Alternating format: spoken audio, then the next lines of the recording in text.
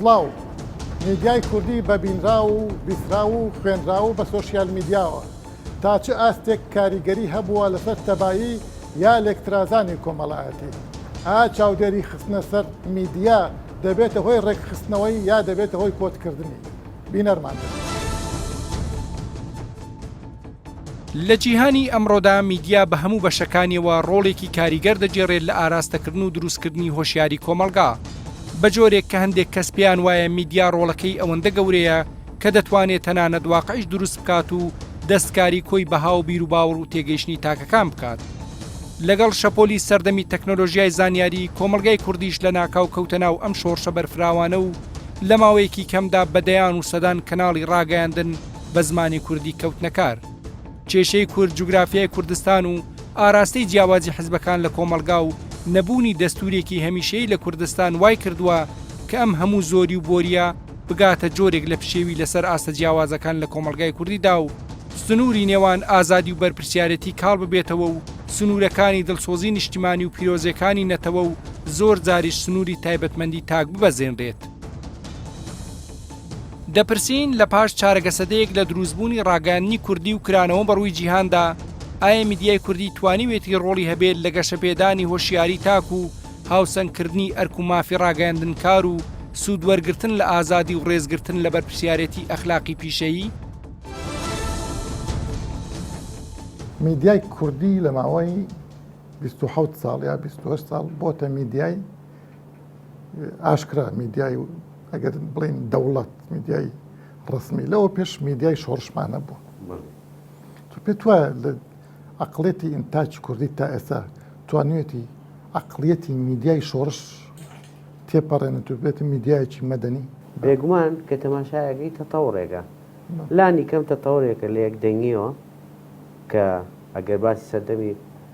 ڕژێمی پێشوو بکەین یەک دەنگی بوو باسی شاخ بکەین تقریبەن هی حزبەکان بوو بە تەنها ڕامستە باز لە تەعەدودێتەکەین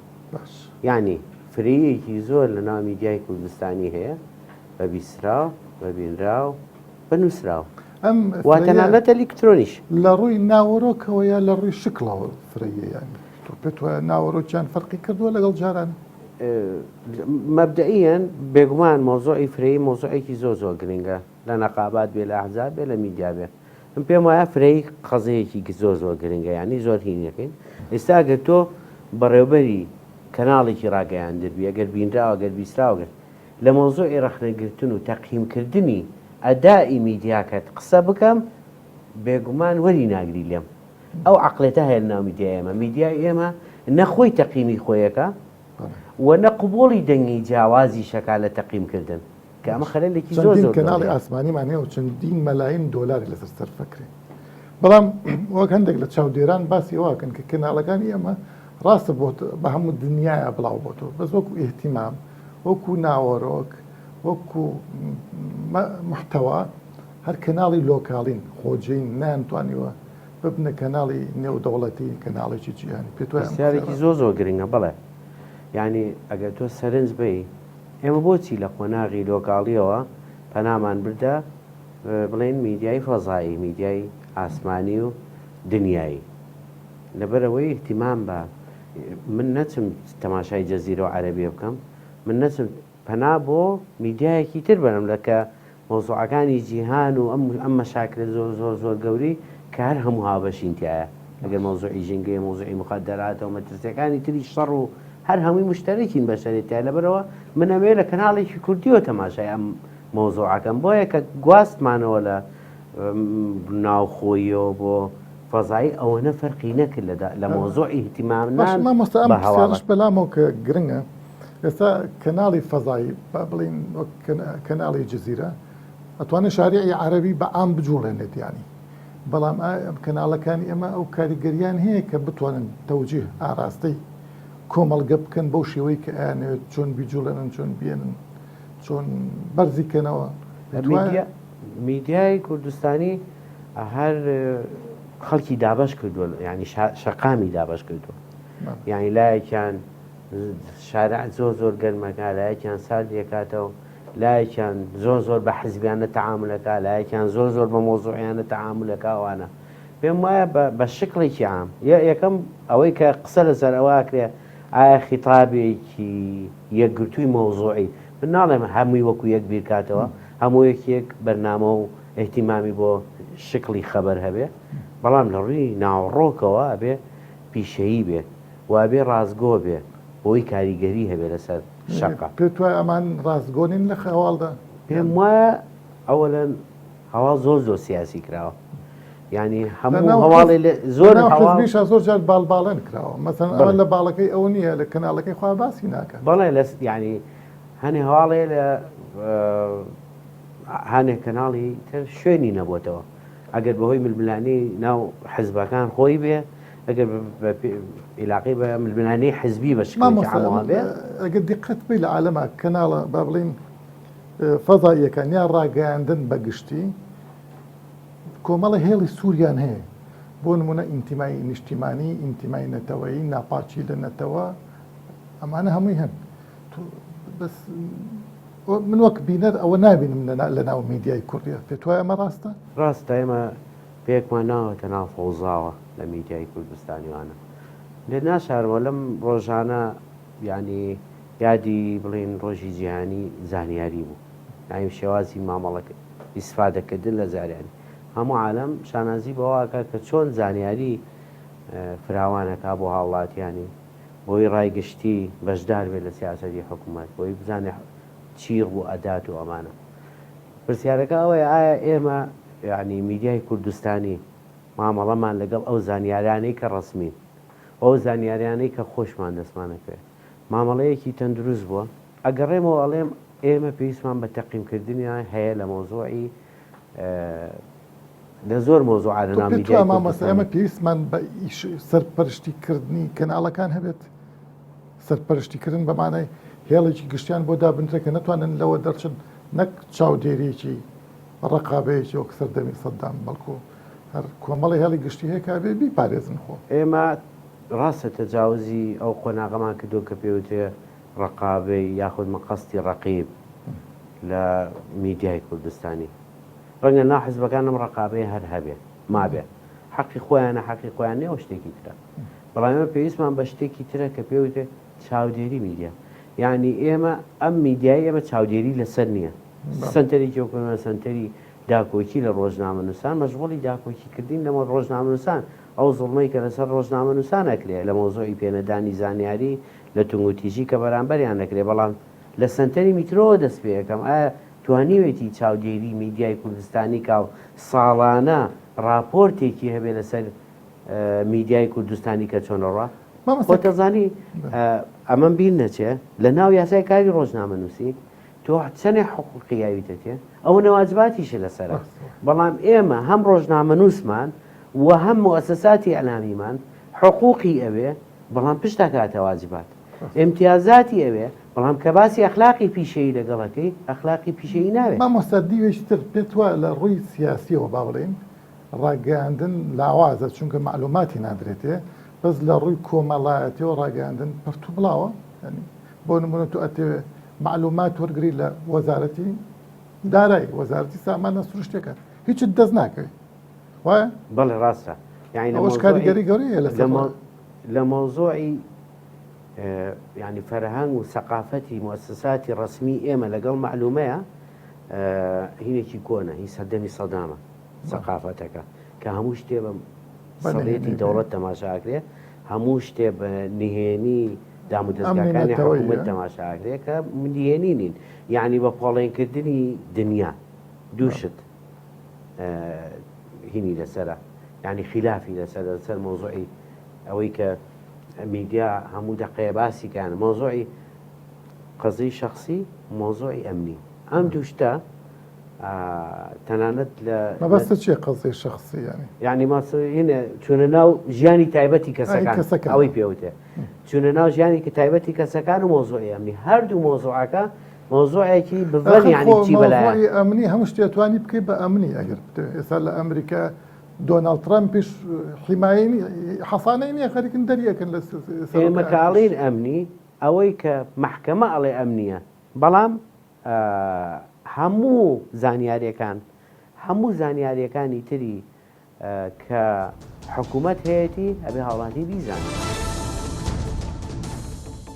لە ڕووی ئەکادیمیەوە کاری میدیایی لە کوردستان چۆن پۆلێن دەکرێت؟ لەم نێوەندەدا ڕۆڵی ئافرەتان چییە؟ ئایا ڕاستە لە ڕاگەیاندنی کوردیدا مینەوە کاڵایەک بۆ ڕێکلام بەکاردێ بەبێ و بەرچاوگرتنی شکۆی کەسایەتی و کۆمەڵایەتی؟ میدیا چۆن دەتوانێت بە هاوسەنگی مامەڵە لەگەڵ ئەم کەیسەدا بکات؟ میدیای کوردی لە ماوەی ئەم 27 ساڵەیە یا 28 ساڵ وەک کۆرپەلەیەک بە مناڵی لەدایک بووە وردەوردە گەورە بووە. بەڕێزت خۆت ئەکادیمیت لە بواری ڕاگەاندن وە هەم ئەزمموی درێژیشت هەیە وابزان بنەوە چوارەوە لە ناو میدیا ئیشەکەی. پێت وایە میدیای کوردی لە ماوەی ئەم ماوەیەدا توانیوێتی بەرەو ئەکادیمی بوون بچێ بەرەو پرۆفیشنال بوون بچێ هەیە هەر وەک هیوایەت تاکو ئێستا ئیشەکانی بەڕێوە بە. من بۆ خۆم بەپێ ئەو ئەزمونێکی متراکمم هەیە لە بواری ڕاگەاندن لە ساڵی 94 لە بواری ڕاگەاندنی نووسراوە بینراوە بیستراوە بەپێی تواناتوانی وما و بەپێی مەجالەکە خۆم کارم تیا کردووە. لە سەرەتای خۆتان نەزانن کاری میدیایی کارێکی قورس بوو. ئاسان نەبوو لەبەرەوەی ئەو تەکنەلۆژیایی ئێستا ئەمڕۆ لە بەردەست نەبوو لە ڕووی ئەکادیمیەوە ئێمە باگراوندێکی ئەکادیمی میدیایی لە ڕووی یاسایی میدیاییشەوە ئەو باگراوندەمان بە هەمان شێوە نەبووە کەواتە کێشەیەکی گەورە وەختی خۆی هەر هەبووە لە بواری میدیایی. جگەلەوە ئەگەر کێشەی گەورە هەبوو بێ لە بواری میدیاییە ئێمە کێشەیەکی ترمان هەبووە کە ڕۆشنبیری یاسایی میدیایی لە ناو خەڵک باو نەبووە کە ئەمە وای کردبوو میدیا هەندێک جار ئەم لاولای ئەکرد مەسەلەن لەوانەیە تەشهیر بێ ناوزڕاندن بێ بەرامبەر بە تاکەکانی کۆمەلگا بە تایبەتی لە شەڕی ناخوایە بێگومان کەواتە ئێمە ئەو شیاریەمان نەبوو. بەزن تاکو ئێستاش میدیای کوردی لە هەمووی ناڵم لە بەعزێک کەناڵیەوە هەمان ئەو عقلێتە ئەو ئیسیهتارە ئەو جنە و فرۆشیەتیایە لە ناو خۆی ئەگەر لە ساڵانی ڕابردوو ئێمە بەو شێوەیە بە پێی یاسا میدیاکانمان نەبەست بێتەوە لە ڕووی یاسایی میدیاییەوە ئێستا یاسایەکمان هەیە یاسای ژمارە 35 بواری ڕۆژنامەگەریەکە لە پەرلەمان دەرچووە. ئەم یاسا بۆ خۆی یاساکە زۆر باشە ئەگەر بتوانرێ تەوزیف بکرێ و ئیشی پێ بکرێت لە محکەمە و دادگاکانە هەندێک حاکم ئیشی پێەکە هەندێک پێ ناکات. من نمونەیەکت بۆ بێنەوە یەکێک لە میدیاکان لەسەر ئاستی تاکە شەخصی ئەحزابی سیاسی گەورە جنێوی وای داوە کە خۆشت لەوانەیە بزانیت کە لە گەڕک و کۆڵانەکانیشان نادرێت. بێگومان ئەمانە هەمووی خەلەلە پێویستمان بەڕێخستنەوەیە.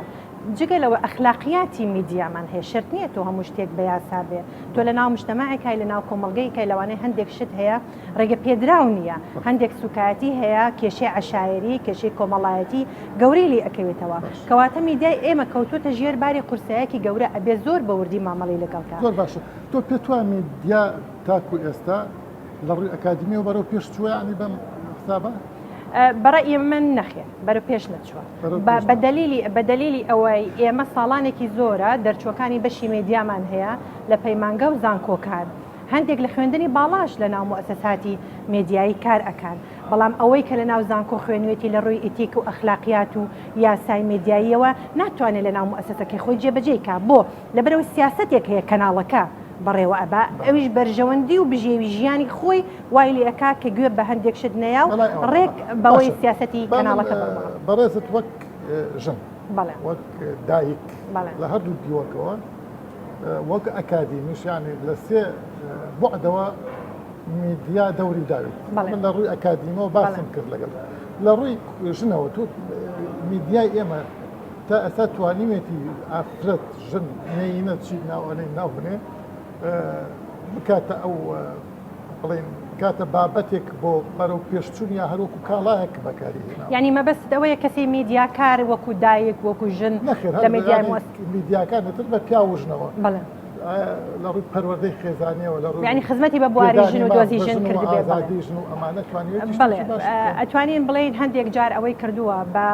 ئەمیش هەر جارێکتر ئەڵێن بە دەلیلی ئەوەی ڕۆشنبیری لە ناو ژن دروست کردووە لەسەر ئەو ئەرکە و لەسەر مافەکانی هەیەی بەڵێ بێگومان هەیەی لەبەر ئەوەی خەڵکێک هەیە ئێستا ژنێک هەیە چاوکراوەیە بە یاساکان بە مافەکانی خۆی چۆن ئەتوانێت کار بکە مەسەلەن دەستەڵاتێک هەیە قانونێک هەیە دەستورێک هەیە لە وڵاتەیە ڕێگەی پێداوە ژن بەشداری سیاسی بکە ژن بەشداری بکە لە پرۆسی حکومڕانی میدیا بۆ یا هەر دەوری سیاست نەخێر لە میدیا ڕۆلی گەورە ئەبینە کاک سۆران لەوەیە تۆ خەڵک وشیار ئەەکەیتەوە ئەگەر جاران ئێمە پێویستمان بۆ بوو سیستمی کۆتا هەرێ بۆ ئەوەی وا بکەین ژن بەشداری سیاسی بکە لەبەر ئەوەی ئەفکارەکان لە پێشترا واهی بووە دەنگدەر بۆ ژن کەم بۆ دەنگدان بە ڕگەزی مینەکەم بووە بەڵام لە ڕووی میدیایەوە توانراوە ئەو وشیاریە لە ناو خەڵکە بڵاو بکرێتەوە کە ژنیش پێویستی بەوەیە لە حاڵی حاضردا کاتێکە بە دوواداچوونەکەی بۆ میدیاکان سەی دەکەین نینە بەگشتی ژن بێ کچ بێ دایک بێ زیاتر وەک دیعایەک وەک ڕکلامێک وەک کاڵایەک بەکارهێنرێ بە تایبەتی گۆرانی بێژەکان و إلى آخره بتوانیا ئەمەش ڕاست خۆی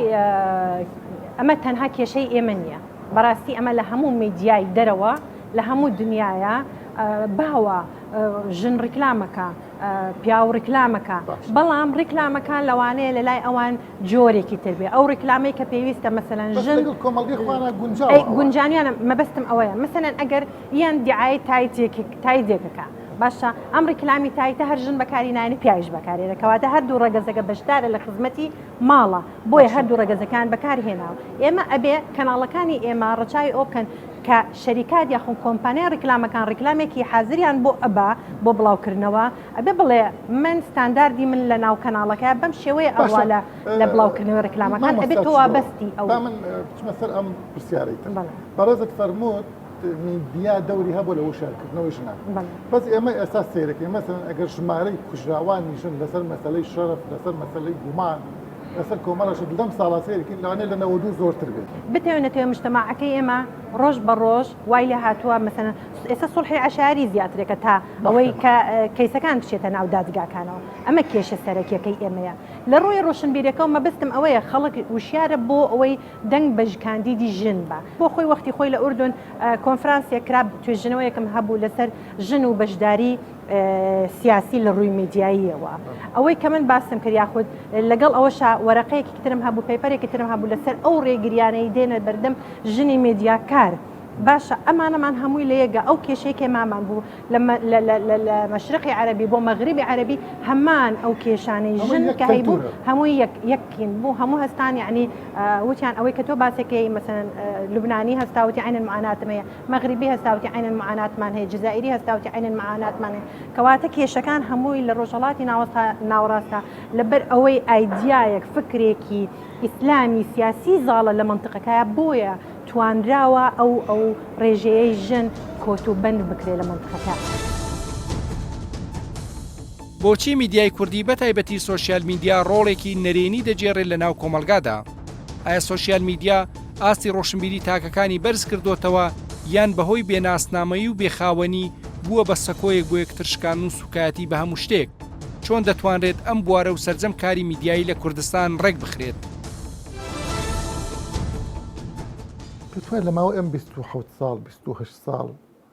چارەکە سەدەیەک میدیای کوردی چی پێشکەش بە کورد کردووە لە ڕووی ئینتیماوە لە ڕووی نیشتیمانیەوە لە ئەمڕۆانەوە لە ڕاستیە جگەل لەو دەورانەی کە لە دوای ڕۆژنامەی مقداد مەدحەل بەدرخانەوە مەسەلەن ڕاپەڕینی بەهاری 1990 ڕێنساز وەرچەخانێکی گەورە بوو لە بواری سیاسی فەرەنگی کۆمەڵاتی و هەماشەوە لە بواری میدیاییشە ینی مەسەلەن لە دوای ڕاپەڕینەوە تەلەڤیزیۆن ڕۆژنامەی ڕۆژانە رادیۆ مەسەلەن سۆسیال میدیا هەمووانە هەنگاوی گەورە بوو ئێمە زۆر داخوشیمان لەوە کرد کابێ مەسەلەن حیزبی سیاسی و حکوومەتی هەرێمی کوردستان سانسۆر لابا لەسەر میدیا و ڕێگای پێ نەدەین بەڵام ئێستا ئەگە بە قسە لەسەر ئێستا ئاکەین دوای نزیکەی 28 ساڵ ئێمە بمانەرەکەوێت کە پێویستمان بە ئیعادە نەزەر بە بیاچوونەوە بۆ بیرۆبۆچوونانی خۆمان هەیە پێمان وایە فەوزایەکی گەورە دروست بۆ لە ناو میدیای کوردی کە خەتەری دروست کردووە لەسەر کۆمەڵگای کوردستان لەسەر پرسی دیموکراسی لەسەر ئینتیما یعنی بەو مانایی کە مەسەلەن خەریکە بە هەندێکی بە مەبەست هەندێکی بە ئەنقاست یعنی هیچ شتێکی مقدسی نێشتۆ لە وڵاتەیە و لە شوێنی ڕەخنەی جددی گوێن و سوکایەتی پێکردن لە سوێنی هونەری ڕاستەقینە مەسەلەن هونەری فاک و هونەری بێدەربەست و لەسەر ئەم قسەکردنە بمبورە پێت وایە ئەمە هەست سۆشیال میدیای شەڕەت جنێوەکە یا میدیای ئاسمانیەکانیش بە هەمان شێوە ئەگەر میدیا ئاسمانیەکانمان بەشێکیان حتممە نەیان کردووە بەو دلیلەیە کە تۆ توانی پەنجەی بۆ ڕاکێشی لە دادگا شکاتی لێ بکەی بەڵام لە سۆسیال میدیا زۆرتر ئەوە معروف نییە ناسرااو نییە و مەسەرەن هیچ یاسایەکیش نییە تا ئێستا سوسیال میدیا بەڕێوە ئەگەر مثلەن تەلەڤیزیۆن لە چوارچێوەی یاسای ژمارە 35 ساڵی 2010 بتوانی مامەڵی لەگەڵ بکەیت و ئەگەر بتانی لە ڕێگەی ڕێنمایەکانی وەزارەتی ڕۆشنبیری و شکات و سکاڵا لە یەکێ بکەی لە دادگا ئەو بۆ سوسیال میدیا هیچ یاسایەکەنیەوە بۆ معلوماتی جەنابەت لە وڵاتی ژۆک و سویسرا چونکە ئەمە ڕێکخراوە مثلا لە ماوەی 10 ساڵی ڕابردوو هیچ کەسێک سکاڵای نەبوو لەسەر سوسیال میدیای سویسرا لە دادگاکان لە کاتێکە واردە بەڵام لێرە ئەگەی بێت و سکاڵا بکەی لەسەر سوسیال میدیای کوردی لە شارێکە لە قەزایەکە لە هەرێمی کوردستانە ڕەنگە بگاتە 100,000 سکاڵا ئەمە دەرەنجامی چییە؟ بەس خۆ دیاریش نییە ینی ئەو کەس بڵین بێ ساحەب و بێهەویە ئەو سوشیال ئەمە خراپترین جۆری میدیایە ئەمە تەسەورەکەم ئەم جۆرە میدیایە بە پلەی یەکەم لە هەرێمی کوردستان بەنسبەت میدیای کەناڵە ئاسمانیەکانەوە ئەوانە شتی بازرگانین ئەهلین ئەخوان ناو ئەنێن ئەهلی یعنی ئازادن لەوەی کە چۆن بتوانن سەرنجی بینەر ڕاکێشن بەلای خۆیانە پێتوانێت لە دنیا لیبراڵیشە هەروایە باشە دنیای لیبرالی خۆر ئاوایی بە قۆناغ پێم وایە هەموو قۆناغەکانی بڕیوە و کۆمەڵگاش هەزمی ئەو جۆرە لە میدیایەکە بەڵام لێرە بە پێچوانەوە مەسەلەکەوەی کە هیچ لەو قۆناغانی نەبڕیەوەی کە تویڵی هەرویجی بۆکە ڕیکلامی بۆکە ئەمە گرفتی گەورە دروستەکە لە ناو کۆمەلگای کوشتنی لێ بێتەوە نامقەدەسبوونی تاکی لێ بێتەوە و فەوزای لێ بێتەوە نەبوونی ئینتیمای لێ بێتەوە یەکێ لە هەر ئەرکەکانی میدیا لە هەموو دنیای بریتە لەو ئینتیما دروستکە مەسەلەن میدیای ئەمریکیەڵێ بە هاوڵاتیەڵێ میدیای من بۆی نییە بە خەڵک بڵێ نابێت سەرباب بچێ بۆ شەڕ ئەبێ بڵە شەڕ خراپە بەڵام لێرە بە پێچەوانەوە بەشێ لە میدیاکانی ئێماڵن شەڕی داعش خراپە لە ماوەی ئەم 27 ساڵێ باس لە میدیای ئیسلامی ناکەم کۆمەڵ و یەکگرت و کەناڵەکانی ئەمان هەر ئەم میدیا یانی کە ئەوە بەرپرس بن بە تایبەتی کەناڵەکانی یەکێتی و پارتی کە بە ئاشکرا کەناڵی ڕستمین یا بە شێوەی تر کەناڵی یەکێتی و پارتین ئیشیان نەکردو لەسەر ئەوی کە دین خۆی چییە و چۆن مامەڵە لەگەڵ ئیسلاما بکەین پێتوانێت هاتنی داعش و زەق بوونەوەی بەشێکی گەورەیەکی خەتاکەیەکی سەر میدیا بەڵێ کاک سۆرا من لەو بارەیەوە کات خۆی لێکۆڵینەوەیەکەم کردوتم مثلەن چۆن حکوومەتی هەرێمی کوردستان نەیتوانی و تەشخیصی سیاسەتی وڵاتانی منتەقەکە بە هەمان شێوە نەیتوانی بوو تەشخیصی مەترسی گروپێکی تیرۆریستی وەکو داعش بدا یان با بڵێم لێکۆڵینەوە دراسی وردی نەبوو لە بەردەم ڕوو بە گەشەی ئیسلامی سیاسی گروپی فەندەمێنتاڵ و ڕادیکال لە منتەقەکە هەر بۆ یە کاتێکە داعش دێ داعش مەسەلەن لەسەر زەمینی واقع فیزیکی چ ڕۆڵێکی تراژیدیای خوڵقان و لە مەسلەی عەقیدە و بەیان مەسەلەن چۆن توانی خۆ بغزێنێتە ناو هەموو فکری تاکەکانی کۆمەلگای لانی کەم سنی عێراقیەوە و مەترسی لەسەر شیعە و کورد دروست کرد و لە مەجالی میدیا